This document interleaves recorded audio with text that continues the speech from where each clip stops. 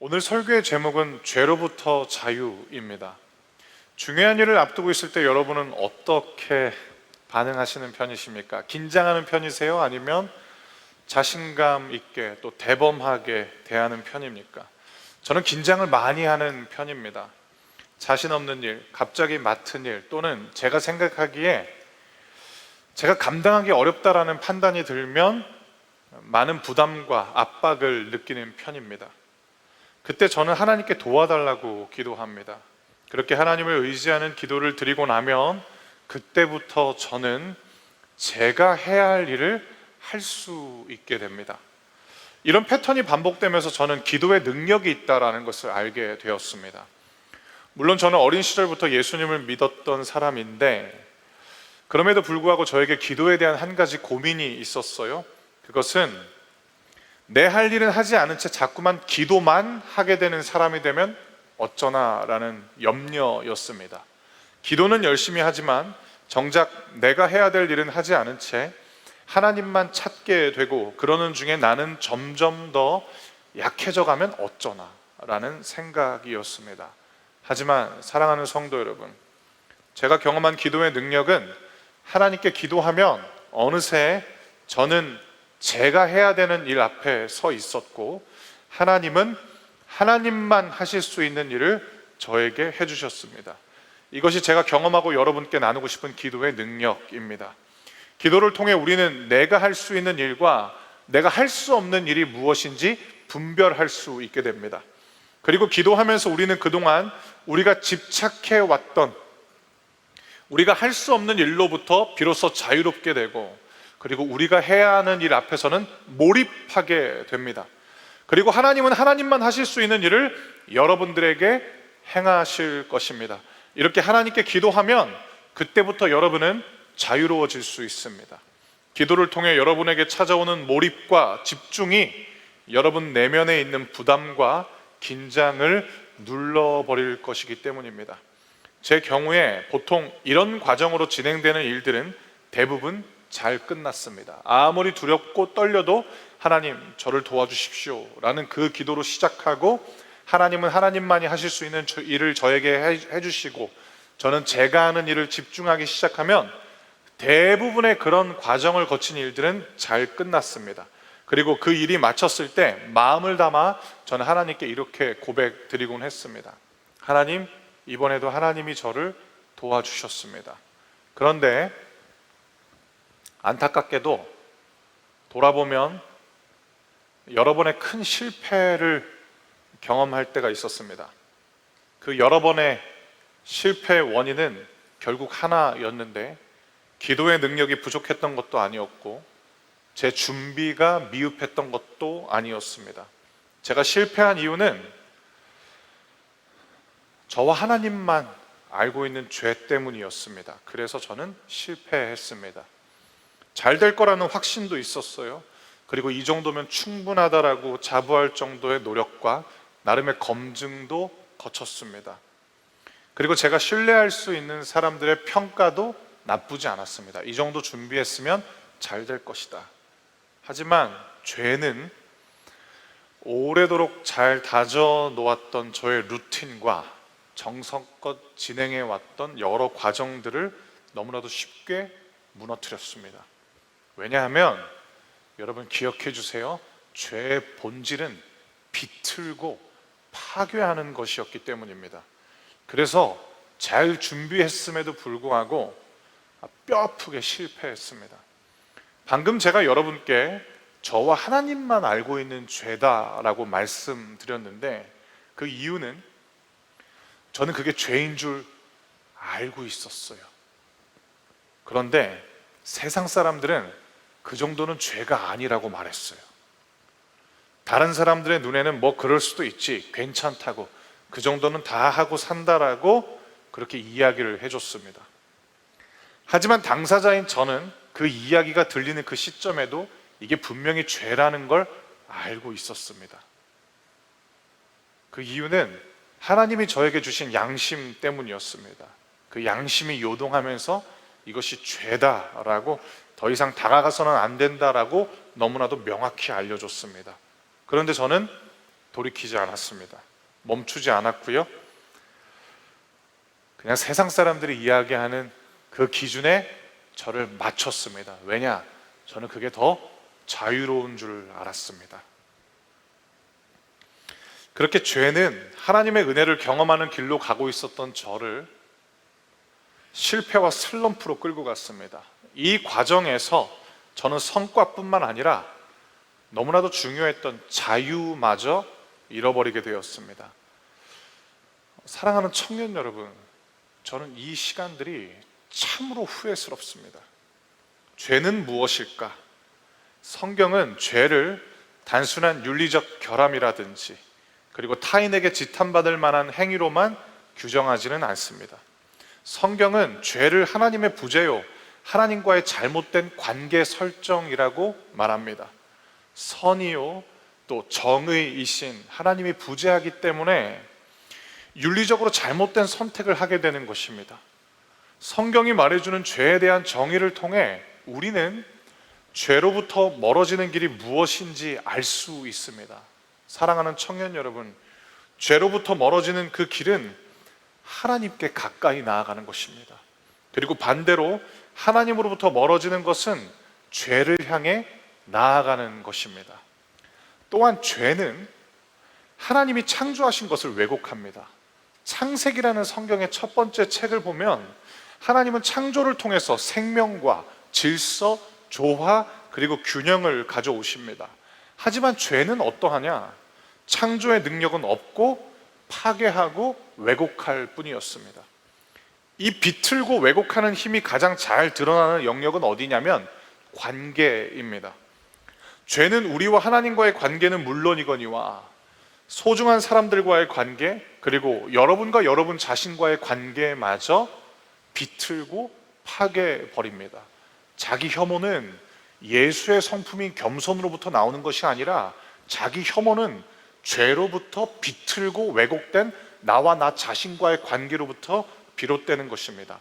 문제는 이러한 죄의 위험으로부터 우리를 지켜내야 하는데 우리가 살고 있는 이 세상은 끊임없이 죄를 죄가 아니다라고 말하고 있습니다.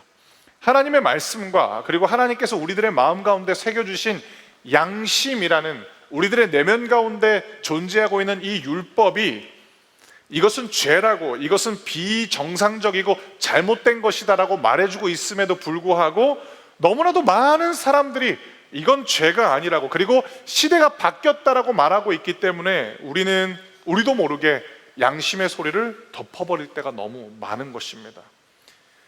사랑하는 성도 여러분, 이런 흐름은 오늘날만 그런 것이 아닙니다. 신약 성경이 기록되었던 주후 1세기의 로마 시대 때도 동일했는데 제가 여러분들에게 로마서 1장 32절 말씀을 읽어드리도록 하겠습니다.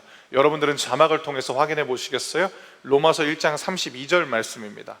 사람들은 그런 일을 행하는 사람은 죽어 마땅하다는 하나님의 의로우신 법을 알면서도 자신들만 그런 악한 행동을 계속하는 것이 아니라 그런 행동을 저지르는 다른 사람들까지 잘한다고 두둔합니다. 이것이 1세기 로마 시대에서도 일어났던 일이고 21세기 대한민국 사회에서도 동일하게 일어나고 있는 일입니다. 사랑하는 성도 여러분, 죄를 죄가 아니다라고 말하고 있는 다수의 목소리는 그 문제 앞에서 고민하고 갈등하고 있는 우리들의 마음을 편안하게 해주고 큰 자유를 줄 것처럼 다가옵니다. 그런데 여러분 그거 아세요? 여러분들에게 그 정도는 괜찮다라고 말하는 그 사람들, 여러분 인생 책임져 주지 않아요.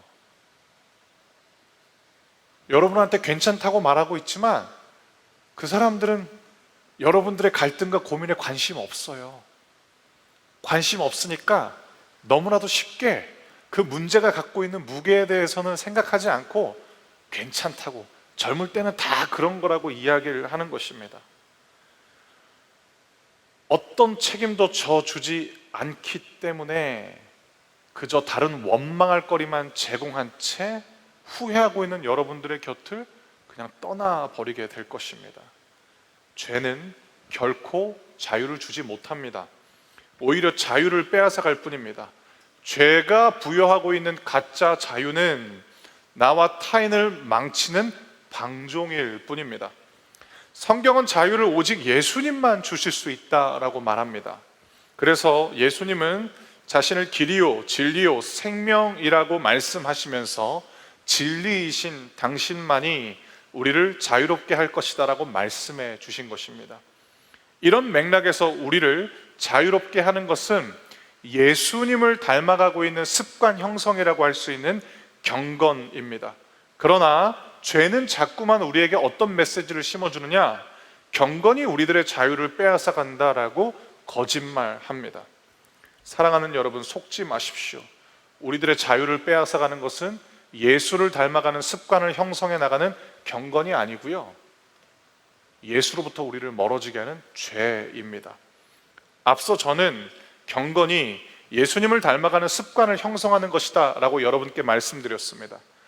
그런데 놀랍게도 죄도 우리들에게 습관을 형성하게 합니다. 그것이 바로 여러분들이 알고 있는 반복해서 범하는 죄입니다. 그러면서 죄는 우리를 지배하고 우리들의 자유를 빼앗아 갑니다. 세상 사람들은 이것을 중독이라고 말합니다. 중독은 처음에는 우리에게 일상의 한 부분만 가져가겠다라고 이야기하면서 우리 삶에 비집고 들어옵니다. 그러다 어느새 우리가 정신을 차려보면 중독은 우리들의 삶의 모든 영역을 지배합니다. 파괴하고 비트는 죄의 속성으로 우리들의 일상을 파괴하는 것이 중독입니다. 이러한 중독은 반복적으로 자신을 망치고 파괴하는 행위라는 것을 아는데도 불구하고 멈출 수 없게 만듭니다. 이것이 바로 중독이라는 습관으로 형성된 죄가 우리들의 자유를 빼앗아가는 현상입니다. 이러한 상태를 성경은 죄의 지배 아래 놓여있는 노예의 모습이다라고 말씀하고 있는 것입니다. 여러분, 팝콘 브레인이라는 이야기 들어보셨죠?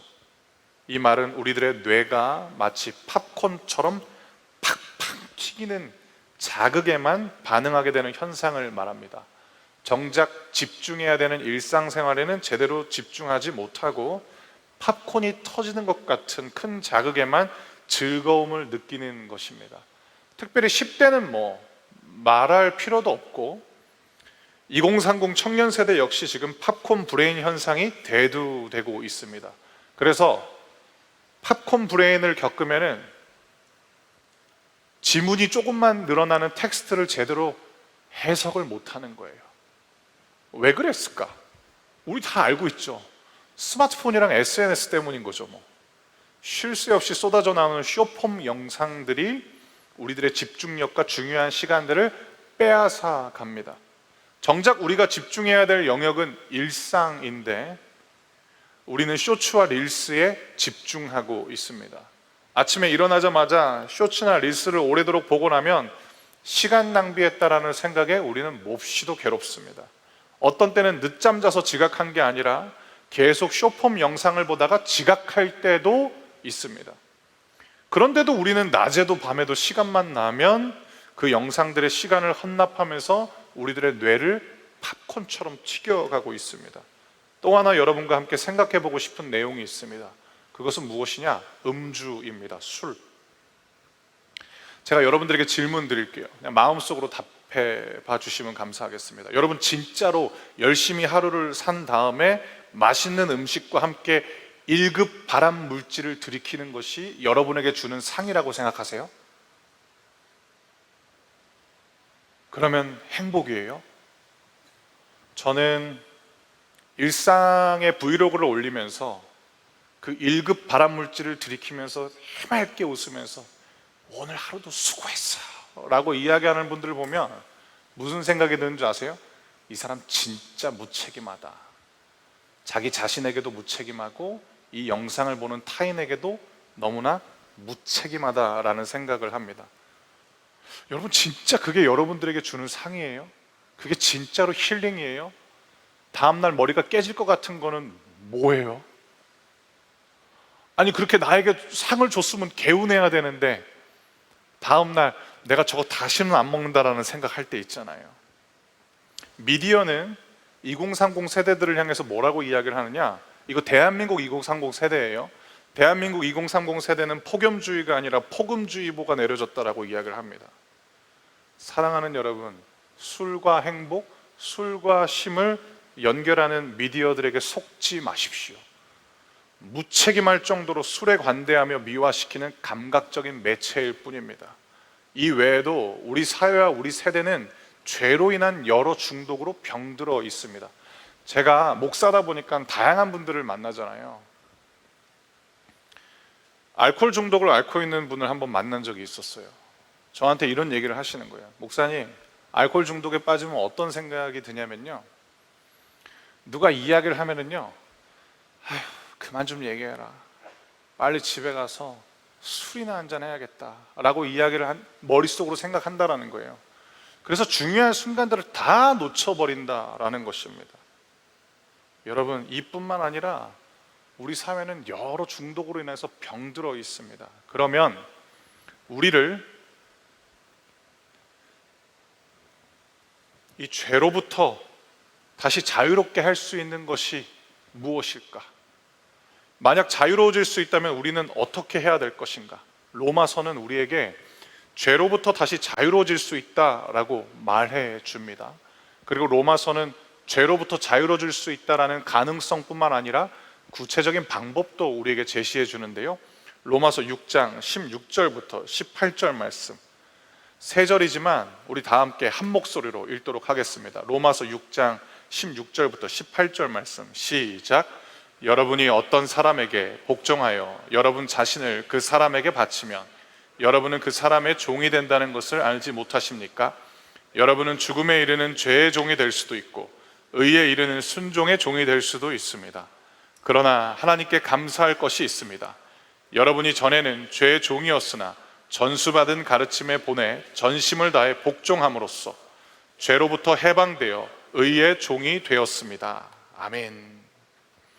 먼저 로마서 6장 16절은 우리에게 죄에 복종하면 죄의 노예가 되지만 의에 이르는 순종의 종이 될 수 있다라고 말합니다.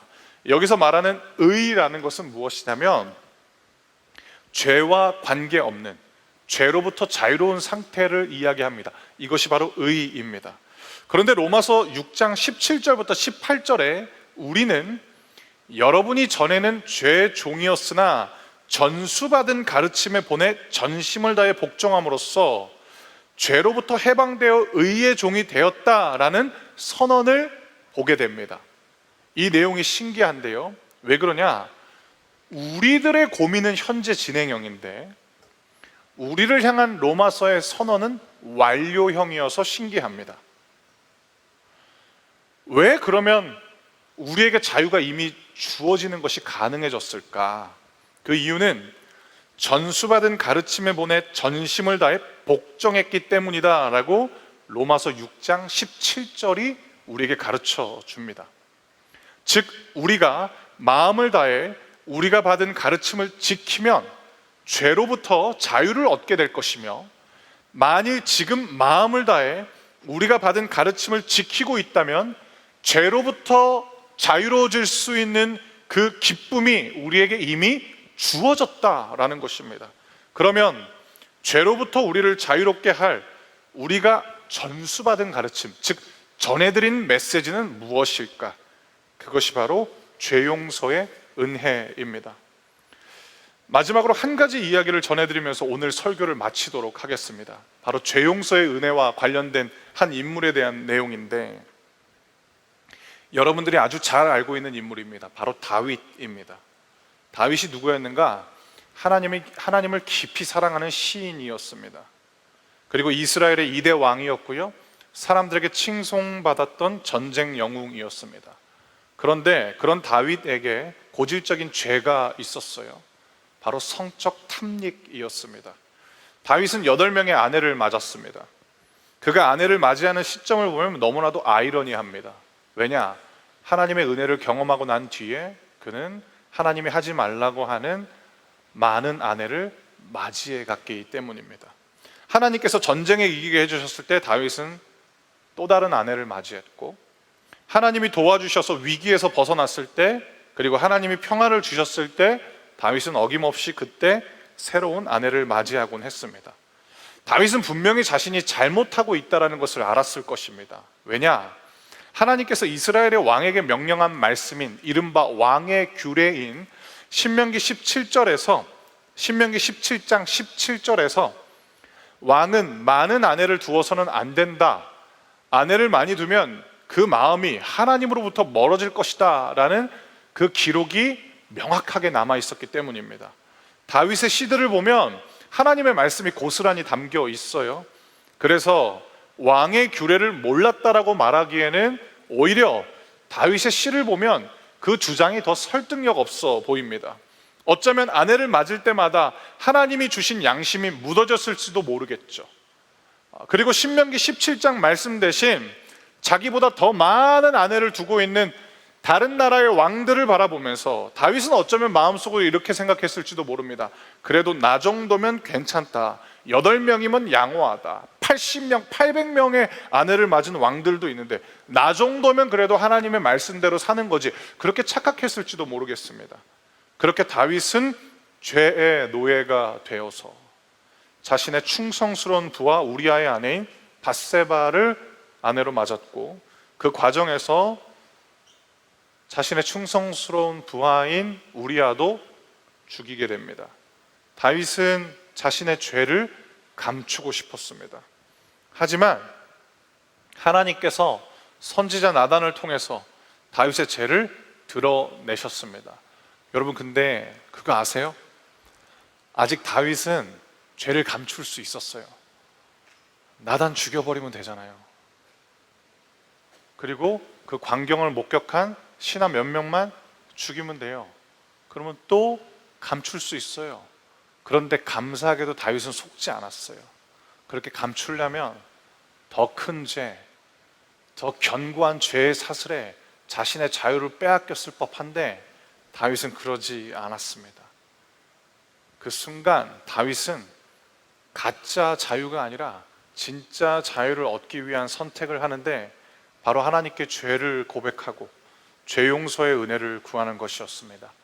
다윗이 죄 용서의 은혜를 구하는 장면은 시편에 두 장면이 나와요. 한 장면은 시편 32편이고 다른 한 장면은 시편 51편입니다. 두 시편 모두 다윗이 밧세바와 우리아에게 지은 죄를 회개하는 장면입니다.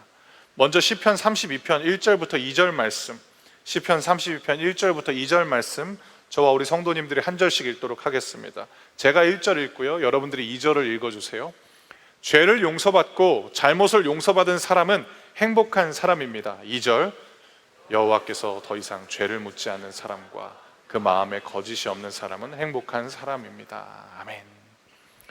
하나님께 죄 용서의 은혜를 구하는 다윗에게 하나님은 먼저 하나님 당신이 어떤 분이신지 가르쳐 주십니다. 사랑하는 성도 여러분, 하나님은 죄인을 용서하기 원하시는 분입니다. 그리고 하나님이 베푸시는 용서의 특징이 있어요. 그것은 죄를 깨끗이 지워준다라는 겁니다. 여러분에게 한 가지 질문 드릴게요. 여러분은 여러분에게 용서를 구하는 사람의 죄를 진짜 깨끗이 지워줄 수 있어요? 진짜로? 그거 어려운 거예요. 우리 마일리지 적립하잖아요. 너 이번이 두 번째야. 한 번만 더 하면 넌 손절이야. 그게 사람의 유약한 용서인데, 근데 하나님의 용서는 다르대요. 말소한대요. 기록을 싹 사라지게 한다라는 것.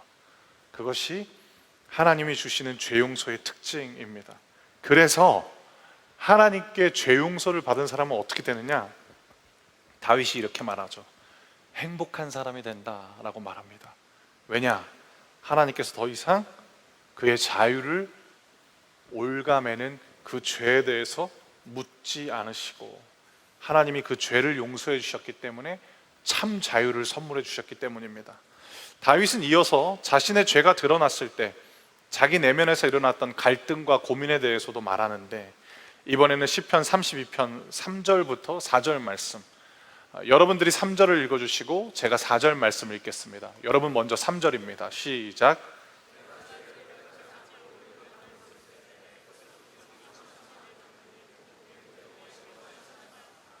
낮이고 밤이고 주께서 손으로 나를 짓누르시니 무더운 여름날 과일에 진액이 빠지듯 탈진하게 되었습니다. 죄를 저질렀을 때 다윗은 자신의 죄를 숨기려고 했었죠. 하지만 죄를 숨기는 시도는 수치를 숨기려는 자신의 의도와는 다르게 자기를 더 병들게 했다라고 다윗이 이야기를 합니다. 즉 다윗은 죄로부터 자유로워지는 길은 죄를 숨기는 것이 아니라 하나님께 죄를 고백하는 것이다 라고 우리에게 가르쳐 주는 것입니다. 그래서 다윗은 하나님께 자신의 죄를 고백하고 죄 용서의 은혜를 구했는데, 이번에는 시편 30편 5절 말씀, 시편 30편 5절 말씀은 여러분들이 읽어주시겠습니다. 시작.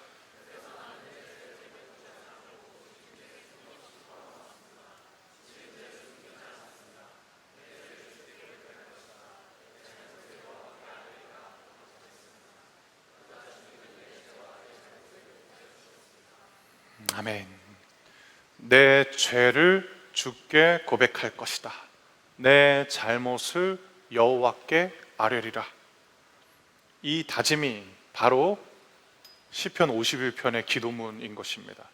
이 기도는 다윗 혼자만의 기도가 아니라 죄로부터 자유를 얻게 하는, 즉 로마서 6장 17절에 기록되어 있는 전수받은 가르침, 즉 죄 용서의 은혜를 받는 기도인데, 시편 51편 1절부터 7절 말씀 제가 우리 성도님들께 읽어 드릴 텐데요, 여러분들도 기도하는 마음으로 함께 이 말씀을 마음속으로 읽어 주시길 바랍니다.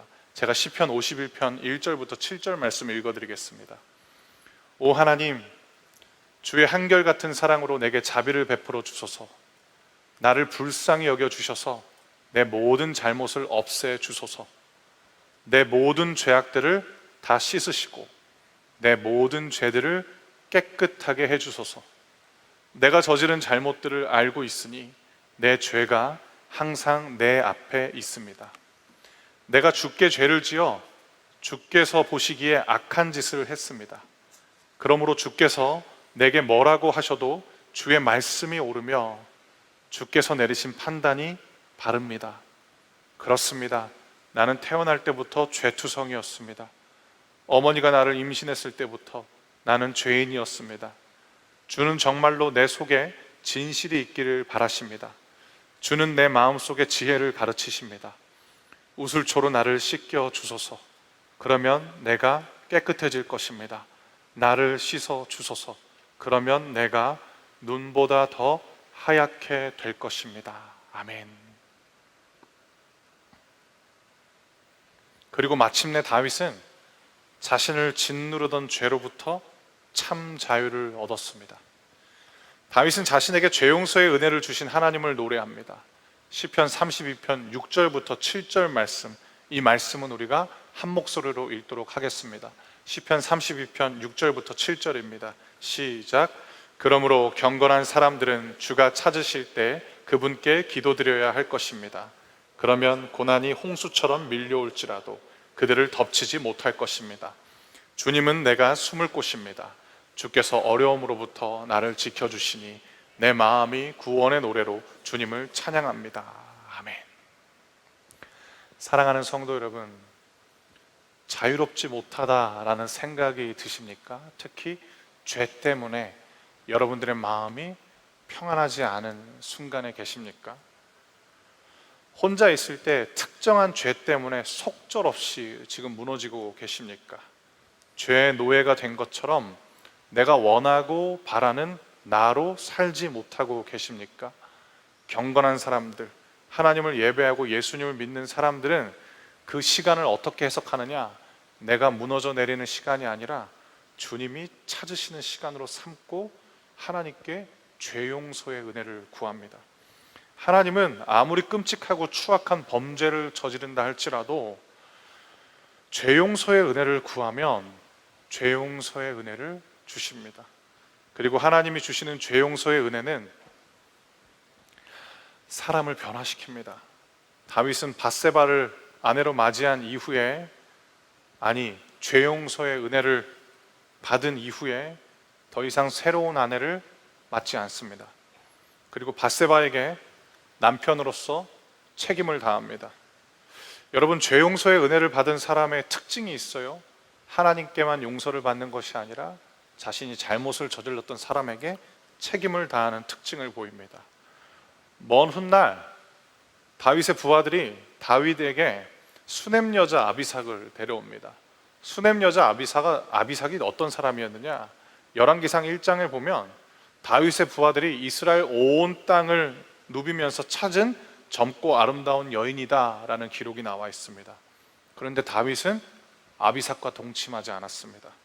죄 용서의 은혜는 죄로부터의 자유를 줄 뿐만 아니라 죄로부터의 승리를 여러분들에게 전해줍니다. 이 은혜가 여러분에게 이미 주어졌습니다. 제가 여러분들을 위해서 기도하고요, 우리 함께 찬양하면서 준비한 예물 주님께 드리도록 하겠습니다. 여러분 위해서 기도하겠습니다. 하나님,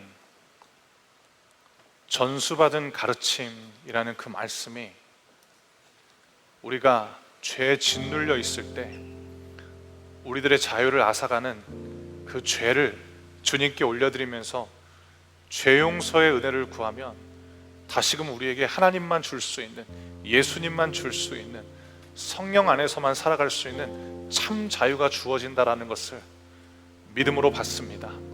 하나님, 이곳에서 예배하고 있는 이 귀한 분들, 하나님의 은혜를 통하여서 참된 죄 용서의 은혜를 누리게 하여 주시옵소서. 그 어떤 것도 이 소중한 예배자들의 자유를 억압하지 못하게 하여 주시옵소서. 예수님, 예수 안에서 누리는 참 자유를 얻게 하여 주시옵소서.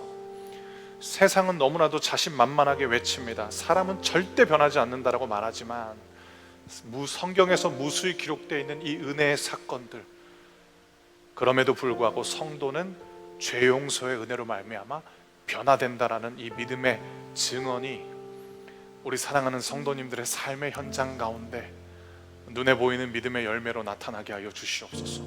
이 모든 말씀 우리를 자유케 하시고 우리를 끝내 변화시키시는 예수님의 이름으로 기도드립니다. 아멘.